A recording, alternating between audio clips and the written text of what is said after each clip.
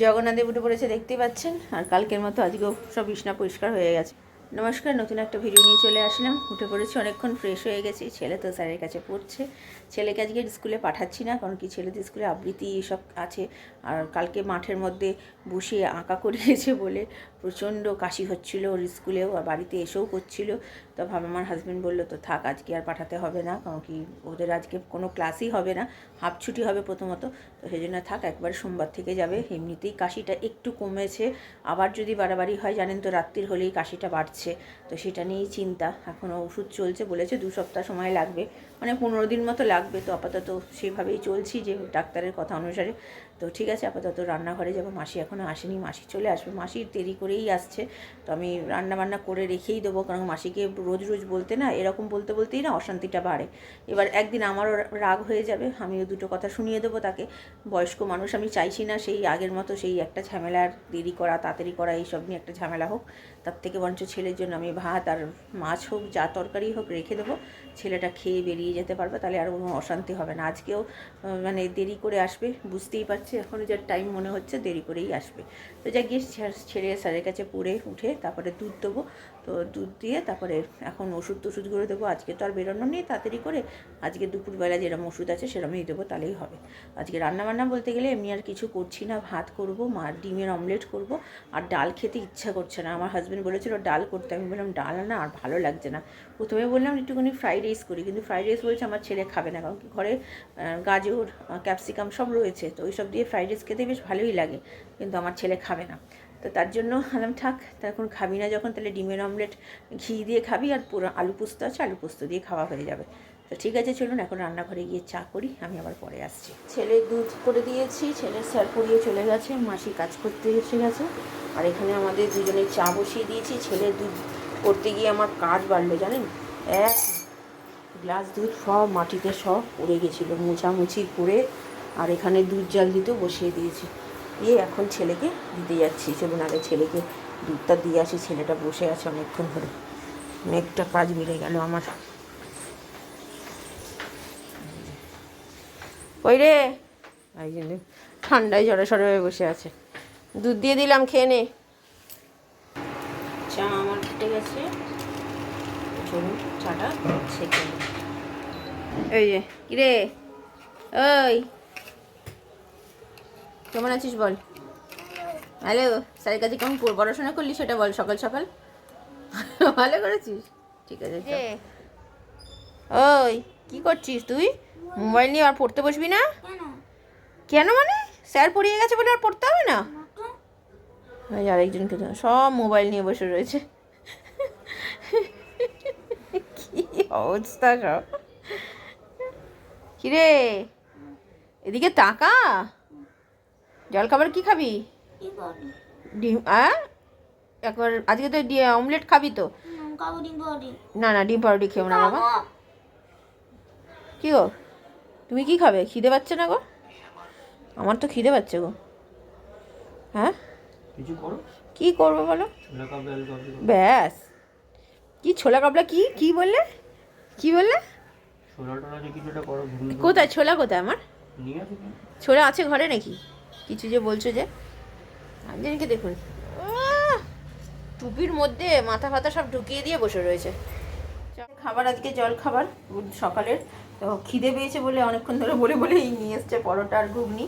তো চলুন খাওয়াটা খাই, মানে রাত দুপুরে খাবার নাহলে খেতে পারবো না। ছেলের জন্য আর আমার জন্য একসাথে নিয়ে নিয়েছি, আমার হাজব্যান্ডের জন্য এটা। তো চলুন পরে খেতে দিয়ে দিয়েছি, ডিমের অমলেট আর পোস্ত দিয়ে ভাত গরম গরম খেয়ে নিচ্ছে, বেরিয়ে যাবে কাজে। তাই ডিমের অমলেটটা দেখো কেমন হয়েছে, ক্রিস্পি করে ভেজেছি, ক্রিস্পি করে ভেজেছি, মানে একটুখানি কড়া করে ভেজেছি, মচমচো করে। দেখো ভালো লাগছে, ভালো লাগছে না? ঠিক আছে খাও।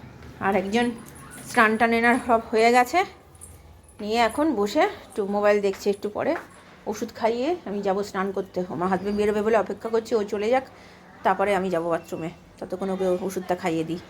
চলো বাবা, ওষুধটা খেয়ে নাও। ছেলের জন্য করতে চলে এসেছি ডিম, তারপরে আমিও করে নেবো। ছেলেকে হাত গরম করে দিয়েছি, ঘি দিয়েছি, আর পোস্ত আছে, পোস্ত দেবো।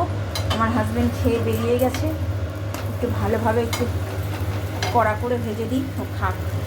এই যে ছেলেকে দিয়ে দিয়েছি ডিমের অমলেট, পোস্ত ঘি দিয়ে মাখিয়ে দিয়েছি। ভালো, ডিমের অমলেটটা ভালো হয়েছে? তো চলুন আমি আমারটা করে নিই, খেয়ে নিই, তারপর আমি আবার আসছি। হ্যাঁ, ক্রিস্পি হয়েছে, ঠিক আছে। গুড ইভিনিং, এখন বাজে 3টে বেজে গেছে অলরেডি। তো খাওয়া দাওয়া কমপ্লিট হয়ে গেছে, ছেলে আর আমি একসাথেই খেয়ে নিয়েছি। আজকে ছেলে একা খেয়েছে যেহেতু, তো অন্যদিন তো আমাকে খাইয়ে দিতে হয় বলে আমাকে ওকে খাইয়ে তারপর খেতে হয়।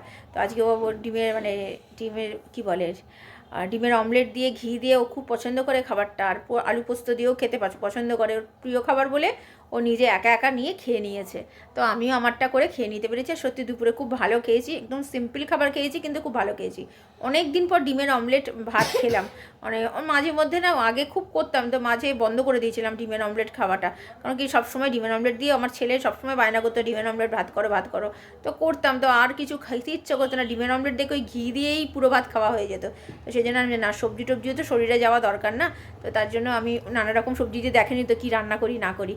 তাই যাই হোক, আবার তো আমার হাজব্যান্ড তো বেরিয়ে গেছে কাজে, অনেকক্ষণ বেরিয়ে গেছে। তো এখন একটু আমার ছেলেকে ঘুম পাড়াবো, কারণ কি আজকে মানে ভোর ওই 6:30 নাগাদ উঠেছে, 6টায় ওঠেনি, 6:30 উঠেছে। তারপর থেকে পড়াশোনা করে এইদিক ওইদিক করছিলো, এবার একটু ঘুম পাড়াই, তারপরে বিকেলবেলা উঠে আবার তো আন্টি আছে, আজকে শনিবার করেও এখন আন্টি আছে যেহেতু, ওই 6:30 নাগাদ আন্টি আছে। তো ঠিক আছে চলুন, এখন আপাতত একটু রেস্ট নিই, ছেলেকে ঘুম পাড়াই, আমি আর পরে বিকেলে আসছি। দেওয়া হয়ে গেছে, 6:20 বাজে, এই যে ছেলে বসেছে, আন্টি আসবে এক্ষুনি। মাসি গেল, মাসি গল্প করছিল বলে আর সেটা ভিডিও করতে পারিনি ছেলে সন্ধ্যা দেওয়াটা। কিরে পড়তে বসবি না, তোর আন্টি আসবে তো বাবা, যাও এবার যাও, এবার ইয়ে করো, কি মুখ ধুয়েছো? হ্যাঁ। আর ওষুধটা খেয়ে নাও, ওষুধটা খেয়ে নিয়ে, কোথায় খেয়েছো তুমি? ওষুধটা খেয়ে 2টো বিস্কুট খাও, আমি দুধ দিচ্ছি, যাও। চিপস টিপস খেও না বাবা, আবার পেট ব্যথা দেখেছো তো, পুজোর সময় কিরকম কষ্ট পেয়েছো পেট ব্যথায়, তুমি কি চাইছো আবার হোক? না বাবা না, পরে খাবে, কালকে খেয়েছো, আজকে দিন না, কালকে রোববার, কালকে খেয়ে, আচ্ছা খেতে হবে না, যাও চল। ইভিনিং, ছেলেকে দুধ দিলাম, আন্টি চলে এসছে, আন্টির কাছে পড়তে বসে গেছে। এখনও রুটির মাসি আসেনি, রুটির মাসি আসবে, রুটি করবে। আর আজকে রাত্রিবেলা আমার হাজব্যান্ড বললো তন্দুরি চিকেন নিয়ে আসবে। ওই ছেলেটা বায়না করছে একটু তন্দুরি চিকেন খাবে, যেহেতু ঠান্ডা লেগেছে তো শরীরটা ভালো না। তো আমার হাজব্যান্ড বললো ঠিক আছে, কাল না হয় খাওয়া যাক।